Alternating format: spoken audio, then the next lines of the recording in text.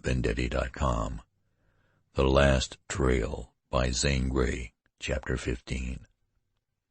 In 48 hours Jonathan Zane was up and about the cabin as though he had never been wounded. The third day he walked to the spring. In a week he was waiting for Wetzel, ready to go on the trail. On the 8th day of his enforced idleness, as he sat with Betty and the colonel in the yard, Wetzel appeared on the ridge east of the fort. Soon he rounded the stockade fence and came straight toward them. To Colonel Zane and Betty, Wetzel's expression was terrible. The stern kindliness, the calm, tough, cold gravity of his countenance, as they usually saw it, had disappeared, yet it showed no trace of his unnatural passion to pursue and slay. No doubt that terrible instinct, or lust, was at white heat, but it wore a mask of impenetrable stone-gray gloom.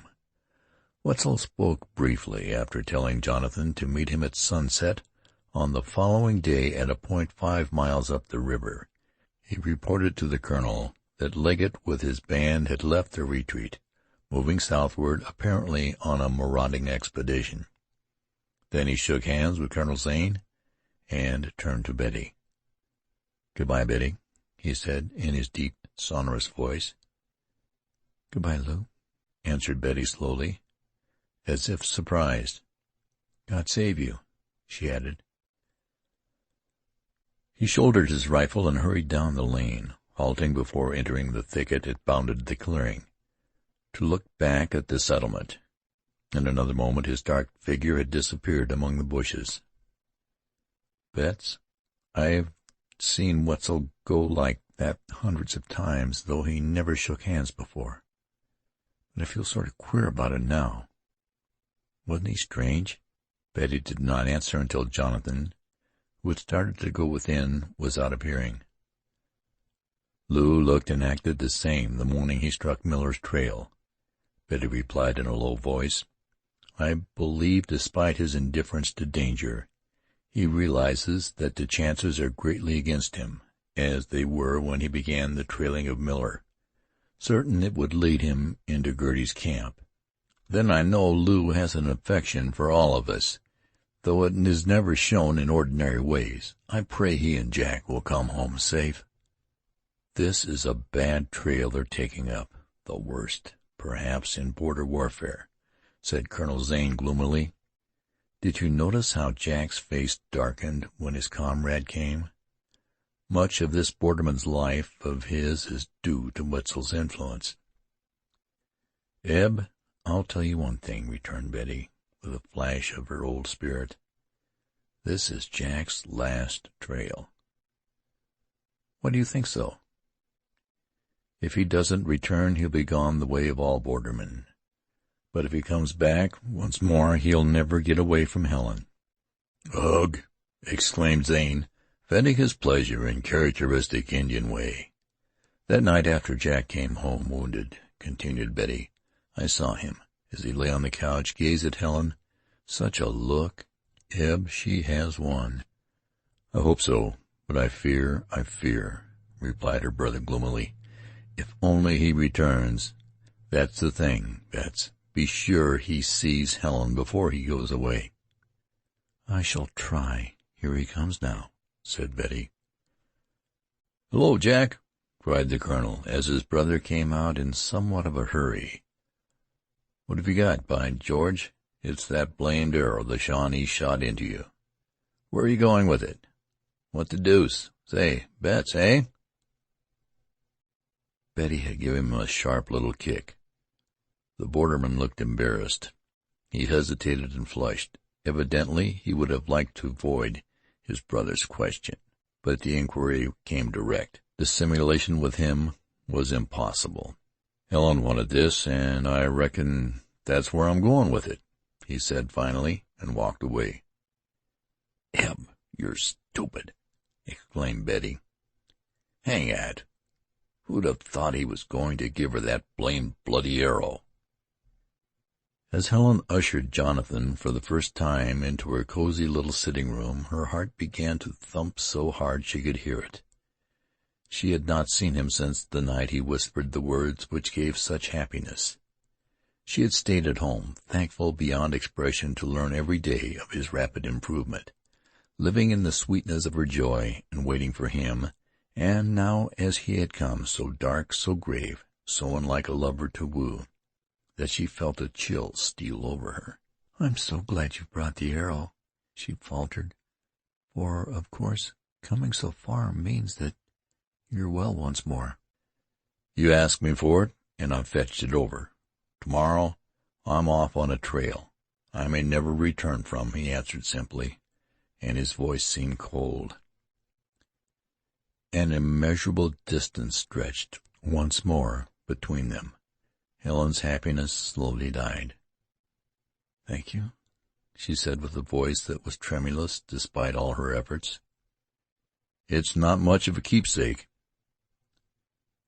"I did not ask for it as a keepsake, but because I wanted it. I need nothing tangible to keep alive my memory. A few words whispered to me not many days ago will suffice for remembrance. Or did I dream them?" Bitter disappointment almost choked Helen.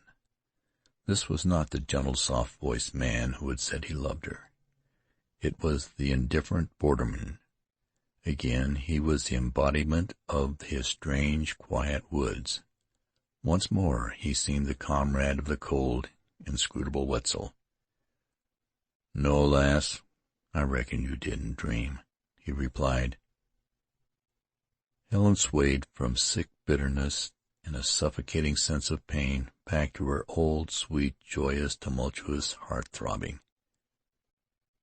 "Tell me if I didn't dream," she said softly, her face flashing warm again. She came close to him and looked up with all her heart in her great dark eyes, and love trembling on her red lips. Calmness deserted the borderman after one glance at her. He paced the floor, twisted and clasped his hands, while his eyes gleamed. "Lass, I'm only human," he cried hoarsely, facing her again. But only for a moment did he stand before her. But it was long enough for him to see her shrink a little, the gladness in her eyes giving way to uncertainty and a fugitive hope.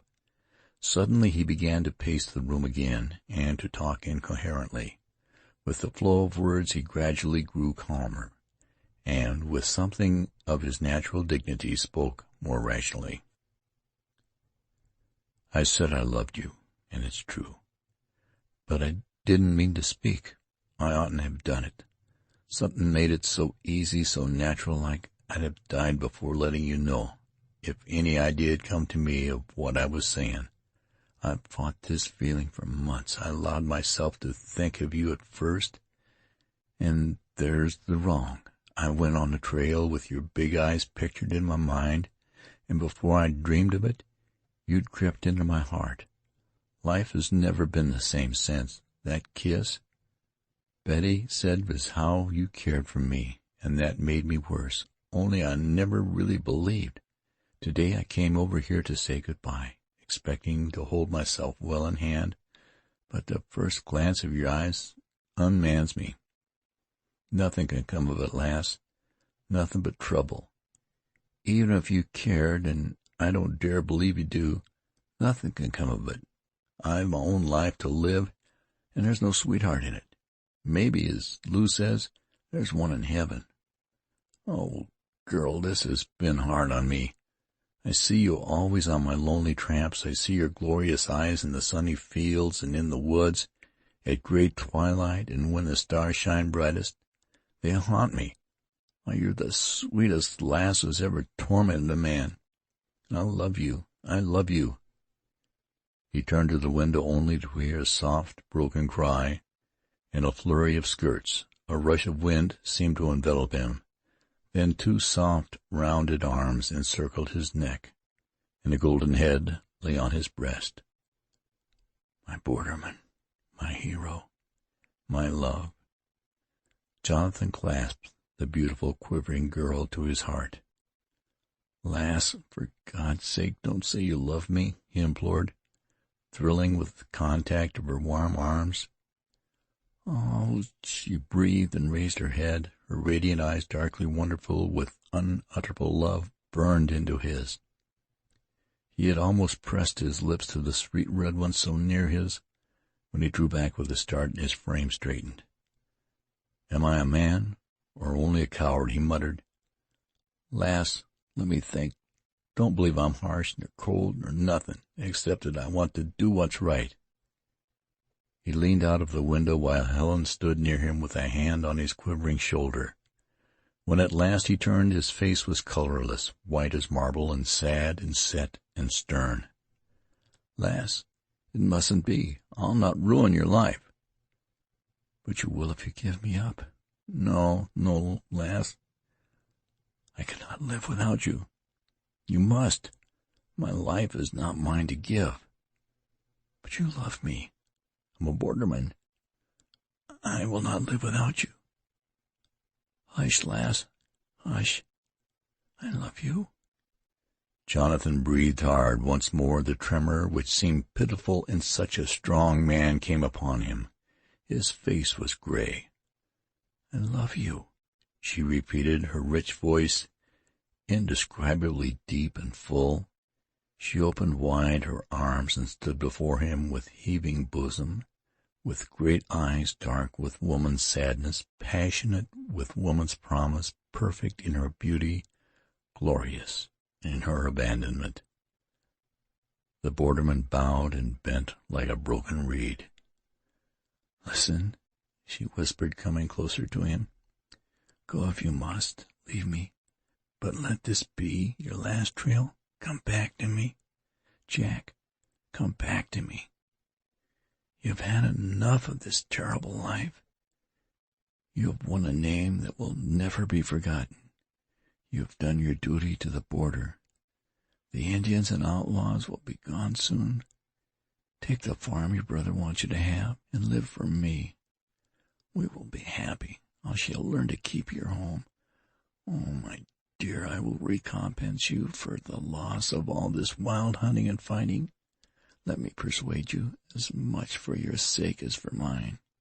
For you are my heart and soul and life. Go out upon your last trail, Jack. Come back to me." "And let Wetzel go, always alone?" "He is different. He lives only for revenge. What are these poor savages to you? You have a nobler life opening." "Lass, I can't give him up."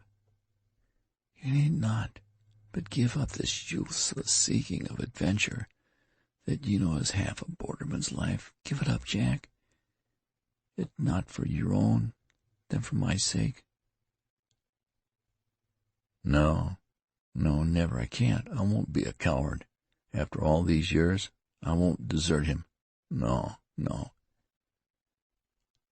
"Do not say more," she pleaded, stealing closer to him until she was against his breast. She slipped her arms around his neck. For love, and more than life, she was fighting now. "Goodbye, my love." She kissed him, a long, lingering pressure of her soft, full lips on his.